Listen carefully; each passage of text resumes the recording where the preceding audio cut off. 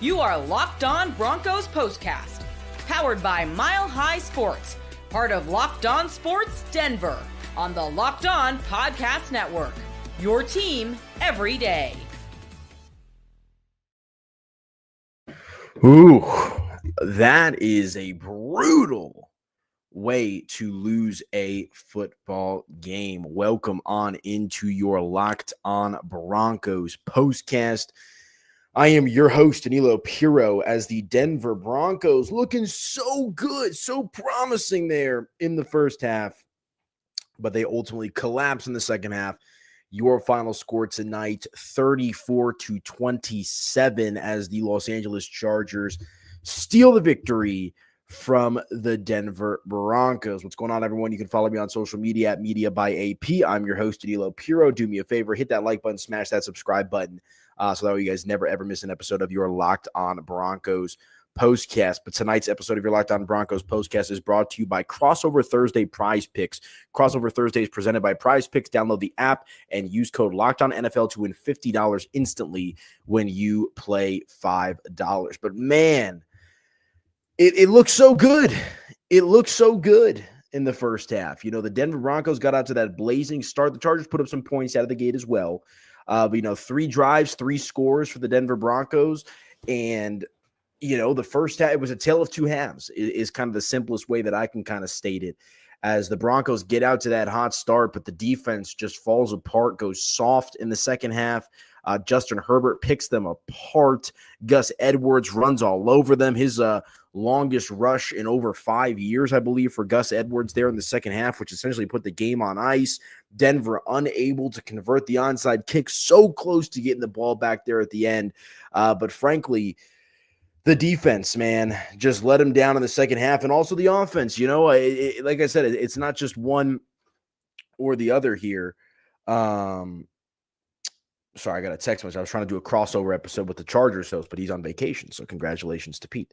But it's just, the way the game started compared to how it ended, man. I caught a little bit of the post-game show here on Amazon Prime.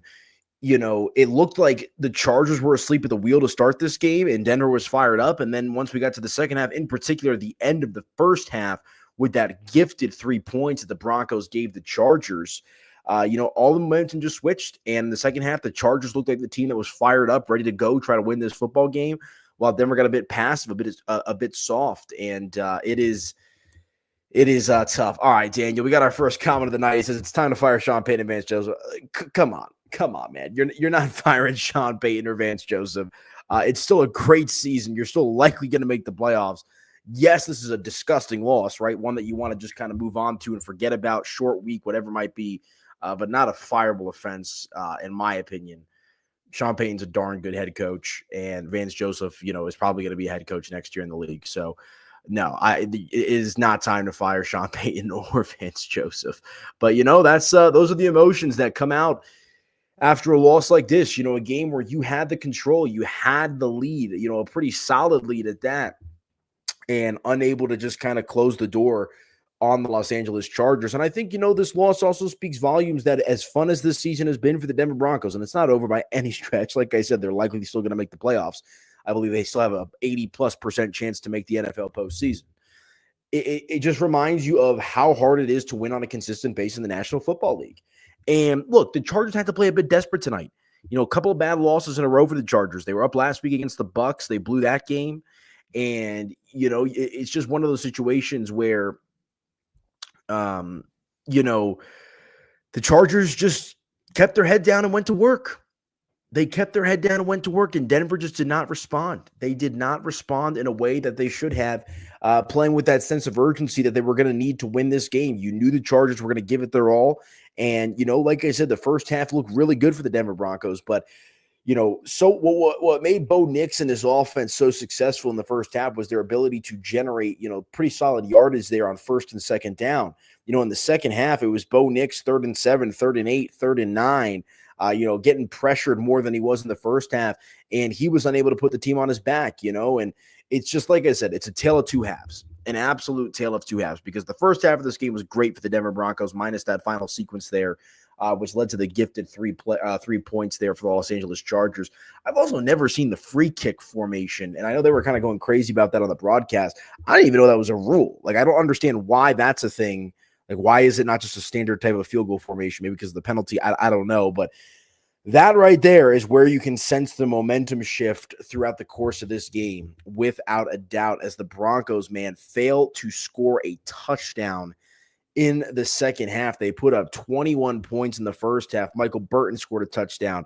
Audric Estime doing his thing. Devon Bailey scored a touchdown. The offense looked great. Good mix of pass and run. Nice balance to this Denver Broncos offense in the first half, and they just got absolutely trampled in the second half. Only 6 points collectively for the Broncos, including, that final field goal there with about a minute left to play in the game. And that was to kind of set up the onside kick, so they kind of kicked it prematurely. They were down 2 scores, so you kind of had to do that there for Sean Payton's hand. Will Lutz makes the kick, but unfortunately unable to, get the job done here. So tough loss, 34-27. It's a shame. Like I said, the Broncos were in control of this game, but, Justin Herbert, we'll get into some of the statistics here in the second half in particular. Bo Nix was not fantastic tonight. He was okay. He was fine. His passer rating was good. Yardage was fine. But you just saw, a cut above was this Chargers offense in the second half, and Denver's defense, which has been the strength of this team for a majority of the season, Swiss cheese in the second half. And that's now a couple of games now where you've had to kind of worry, or a few games, right? You got Cleveland, you had the Colts over the weekend, and now you've got this game in the second half in particular where it's like, what's going on with this Denver Broncos defense? I know they're a little banged up, but, they had a turnover there in the first half, did some good things, made, a lot of confusion for Justin Herbert. And for whatever reason, the momentum just completely shifted in favor of the Chargers as they go on to win this game 34-27, your final score. So a disappointing outcome for the Denver Broncos, but chin up, on to the next. Couple of games left in this regular season, and they still control their own destiny. That's the reality of the situation. And to kind of put on my optimistic hat, that is the one positive takeaway that you take away from this game, is that the Denver Broncos still control their own destiny. Win your next 2 games, specifically this upcoming game against the Bengals, you can essentially knock them out of playoff contention, as they only had, I believe, a 5% chance entering into this game tonight to make the playoffs anyway. Colts, right, less than 20% to make the playoffs. So the Denver Broncos, in regards to the playoff hunt, are still in good shape, but they could have clinched a playoff berth tonight, right? Could have not take your foot off the gas, right, but kind of exhale a little bit, right? Get to the playoffs, start planning for that. Obviously you still worry about your next 2 games, but you can kind of get that monkey off your back, right? This is a Denver Broncos team that has not made the playoffs since they walked off the field in San Francisco as Super Bowl champions. Super Bowl 50, 2015, 2016 season, the last time the Denver Broncos made the playoffs, and they were unable to clinch tonight as the Chargers stomp them in the second half. Your final score, 34-27. But all right, why don't I hit my first break? When we come back, let's dive into some of the statistics tonight in the game, get into some of the X's and O's, and talk about why Denver's defense was just unable to get the job done. They had some opportunities. Sean Payton elects to punt there with about 5 minutes left in the fourth quarter. It looks like a good decision at first because they get the Chargers to, third down and about 10 yards, well up against their own end zone. Justin Herbert breaks away for a 15-yard rush.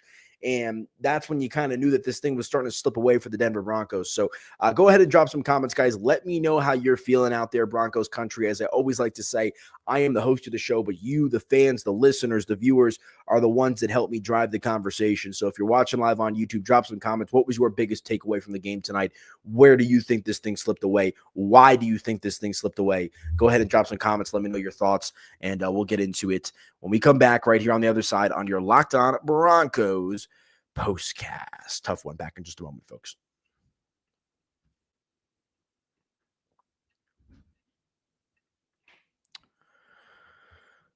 Well, this was like a playoff game for the Denver Broncos, but the college football playoff starts up tomorrow, and you're going to be able to watch the college football playoff on TNT. It's that time of the year. The college football playoff is back, and with the newly expanded 12-team format, it's guaranteed to be bigger and better than ever, bringing you all the hard-hitting and high-flying excitement that you love. TNT Sports coverage of the college football playoff begins December the 21st, starting with the college football playoff kickoff show presented by AT&T at 11 a.m. Eastern, leading into our first matchup, the Southern Methodist University Mustangs battling the Penn State Nittany Lions at noon. Then the Clemson Tigers look to upset the Texas Longhorns in a showdown at 4 p.m. Eastern. Don't miss a moment of the action. Watch the college football playoff presented by Allstate live on TNT, True TV, TBS, and Max. Do not miss out on the college football playoff, folks. It's going to be a banger.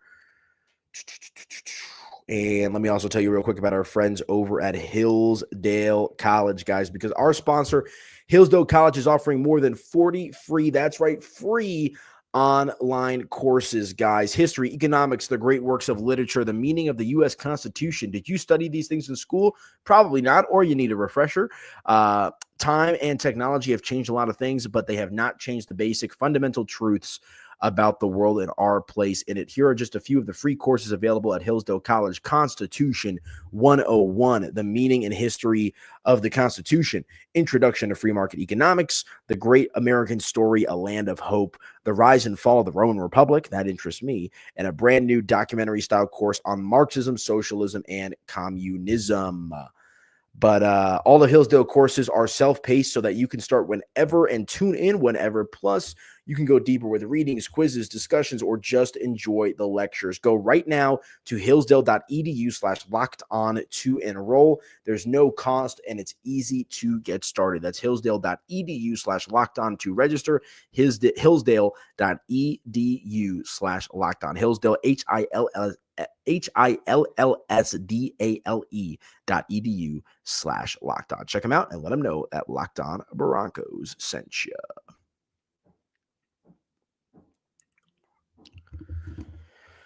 All right, welcome on back into your Locked On Broncos postcast. One thing I forgot to mention before I went to the break, I want to talk a little bit about the officiating tonight. I know there was a lot of Broncos fans that were upset with the refs and the zebras and the whistles and the lack of flags that were calling the Chargers. We'll get into that in this segment here as well throughout the course of the show, rather. But this is your Locked On Broncos postcast. I am your host, Aniello Piro. You guys can follow me on social media at Media by AP. If you're listening on the Locked On Broncos podcast feed with my guys, Sarah and Cody, make sure to come on over to your Locked On Sports Denver YouTube channel. That way you guys never, ever miss an episode of the Locked On Broncos postcast live, and I give you guys the opportunity to interact and engage. So go ahead and drop some comments. Let me know your thoughts here as the Denver Broncos unfortunately losing tonight 34-27. And, you know, it was all working in the first half, man. You know, the 11 passing plays, 11 rushing plays early on.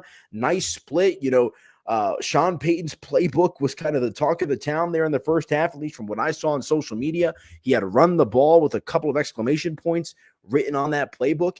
And Denver got out to an effective start there in the first half with the rushing attack. And, you know, Audric, but like the collective numbers, just nothing to write home about, man. I mean, Audric Estime, 9 carries for 48 yards and a touchdown. A majority of those rushing yards came in the first half. Bo Nix, the Broncos' second leading rusher tonight, he had 3 carries for 25 yards. Javonte Williams only 4 for 24. Blake Watson 4 for 10. Marvin Mims had 1 carry as well for 3 yards. So only 100. I mean, I shouldn't say only 110 yards of rushing offense. Not the worst thing in the world. The Chargers only rushed for $117.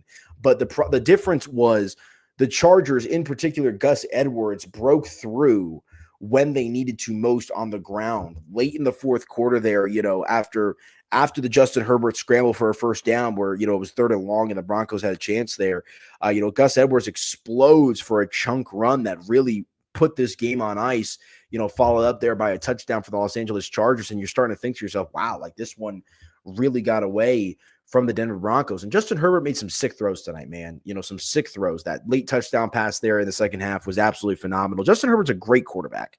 He's a great quarterback. And, you know, he's been banged up with the ankle injury throughout the course of the season as well.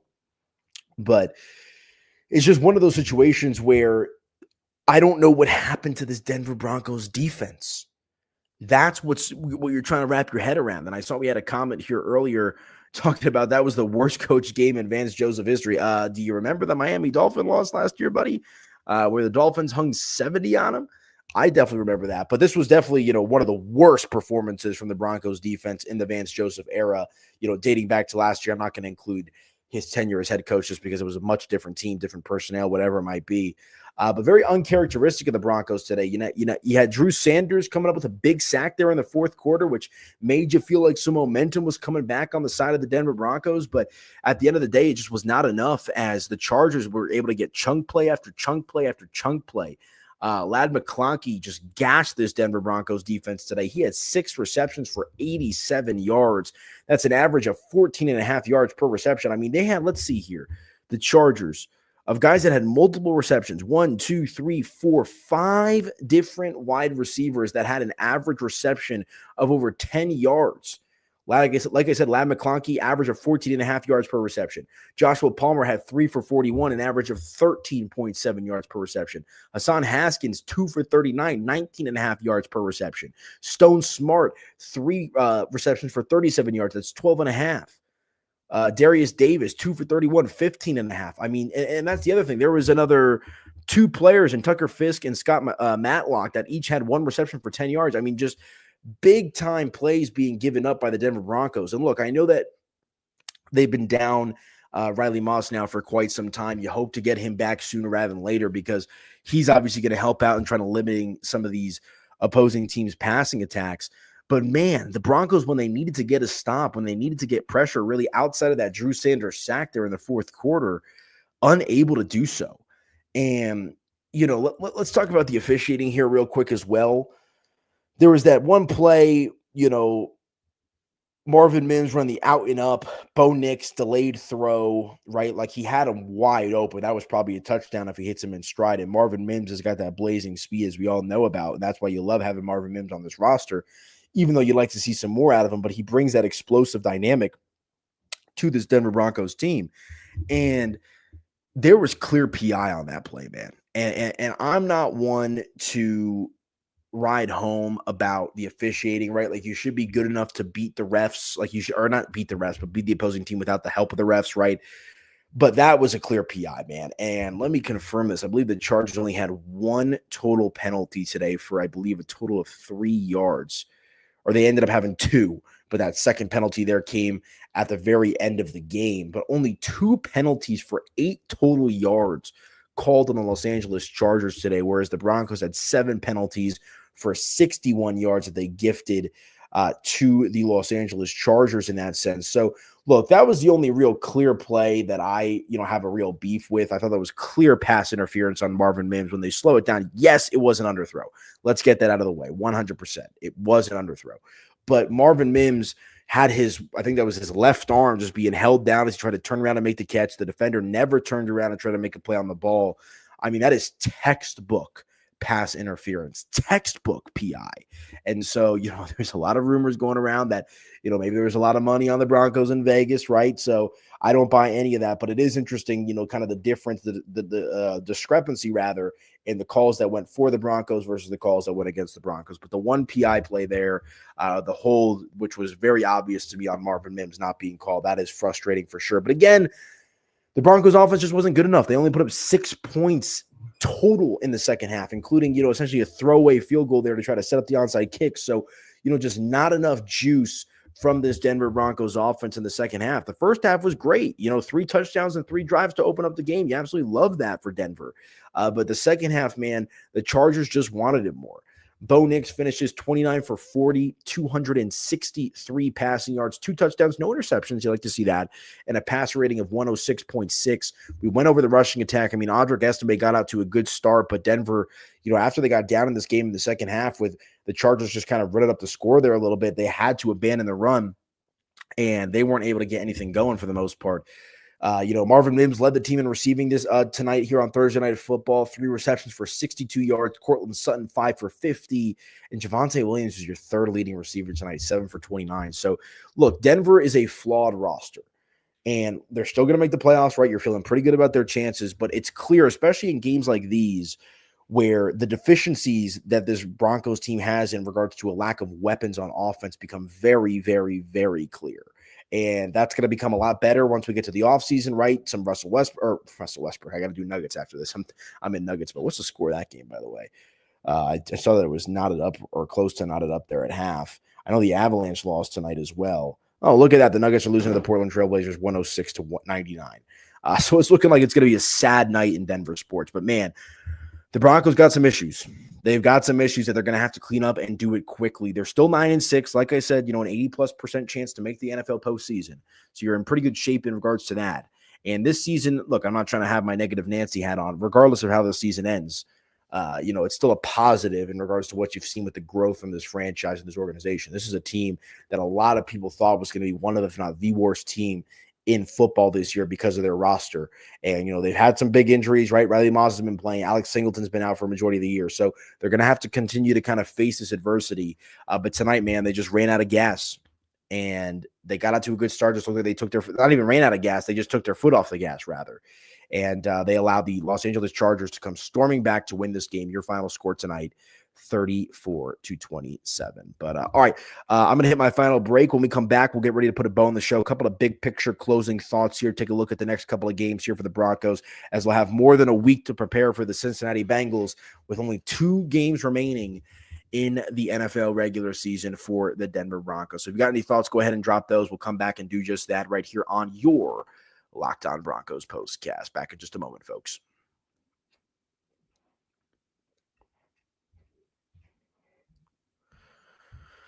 All right, you guys, real quick, let me tell you about our friends over at FanDuel. Get ready to tackle the NFL action with FanDuel, America's #1 sportsbook, because right now, new customers can bet $5 and get $150 in bonus bets if you win. The FanDuel Sportsbook app gives you everything you need to place live bets on the NFL all in one place. So when you get a hunch in the middle of the game, you can check out the latest stats, view live play-by-play, and so much more on the same page where you place your bets. Just visit FanDuel.com to join today, and you'll get started with $150 in bonus bets if you win your first $5 bet. That's FanDuel.com. Never waste a hunch and make every moment more with FanDuel, an official sportsbook partner of the NFL. And I'll be the first to admit it.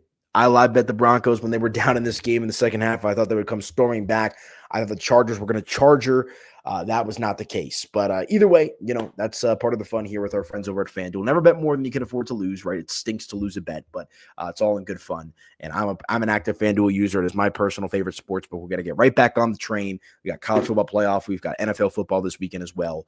So check out our friends over at FanDuel and let them know that Locked On Broncos sent you. Okay, welcome on back into your Locked On Broncos postcast. I am your host, Aniello Piro. You guys can follow me on social media at Media by AP. And make sure to hit that like button, smash that subscribe button, guys, so that way you never, ever miss an episode of your Locked On Broncos postcast. As they unfortunately lose tonight to the Los Angeles Chargers, your final score 34-27. And, it's a tough one. It's a deflating loss. Usually I'm all pumped up even after a loss, but it's one of those where you're kind of just sitting here scratching your head like, how did this happen? How did the Denver Broncos defense get so soft? I can understand the Broncos offense struggling, right? Rookie quarterback, lack of weapons. We've been talking about that. But at the end of the day, man, that is a frustrating way to lose a football game, especially when you have a spot in the postseason essentially on the line here. The Broncos could have clinched with a win. But a couple of games here left to end the year at the Bengals and then at home versus the Chiefs. You're almost rooting for the Chiefs to lock in that 1 seed because then they're not going to play any of their starters in that season finale. But you also hope the Broncos have clinched the playoffs at that point. So now the pressure goes up to perform well and get a dub against the Cincinnati Bengals, And I thought the Chargers defense, coming into this game, the Broncos, the Chargers, and the Eagles were all tied and the fewest points allowed across the NFL from a defensive perspective. And like I said, the first half, the Broncos offense was kind of flexing their muscles a little bit. They were looking real good, coming out here, nice not trick plays, but just solid play calling and sequencing from Sean Payton, good balance of run and pass. And then it was like the complete opposite there in the second half. It was Justin Herbert's time. It was the Chargers' time. It was Gus Edwards' time. And, that's how you get to your final score here tonight of 34-27 on Thursday Night Football. But kind of in closing, season's not over. Far from over. They got to pick themselves up by their bootstraps, get a little bit of extra rest. And I remember this Sean Payton quote because remember, this game tonight was flexed in to Thursday Night Football. It was initially supposed to be the Bengals against the Browns.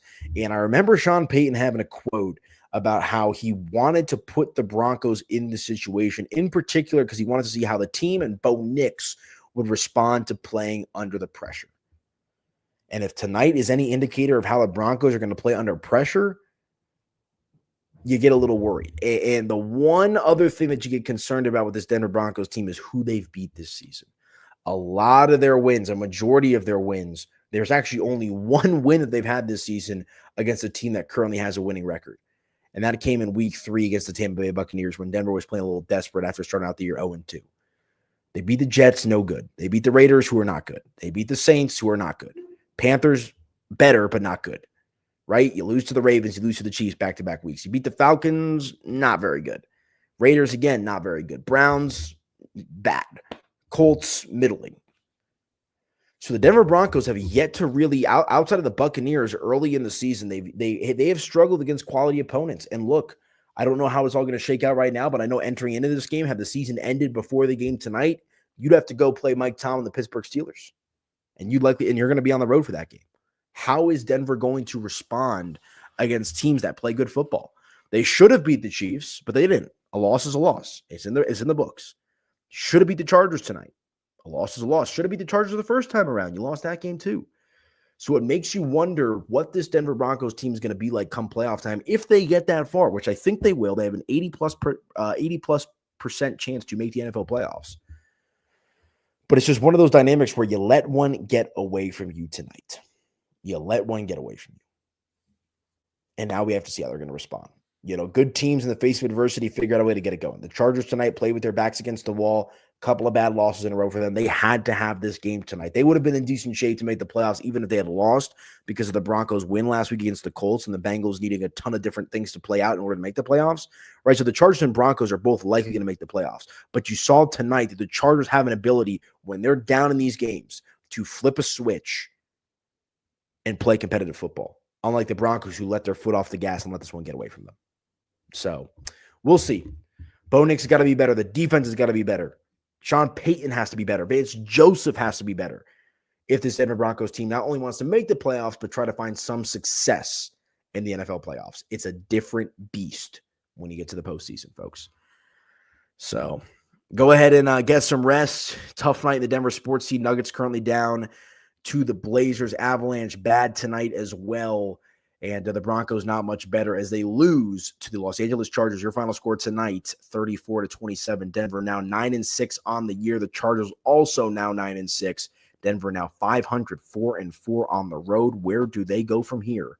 We'll find out in a little over a week as the Denver Broncos get ready to take on the Cincinnati Bengals.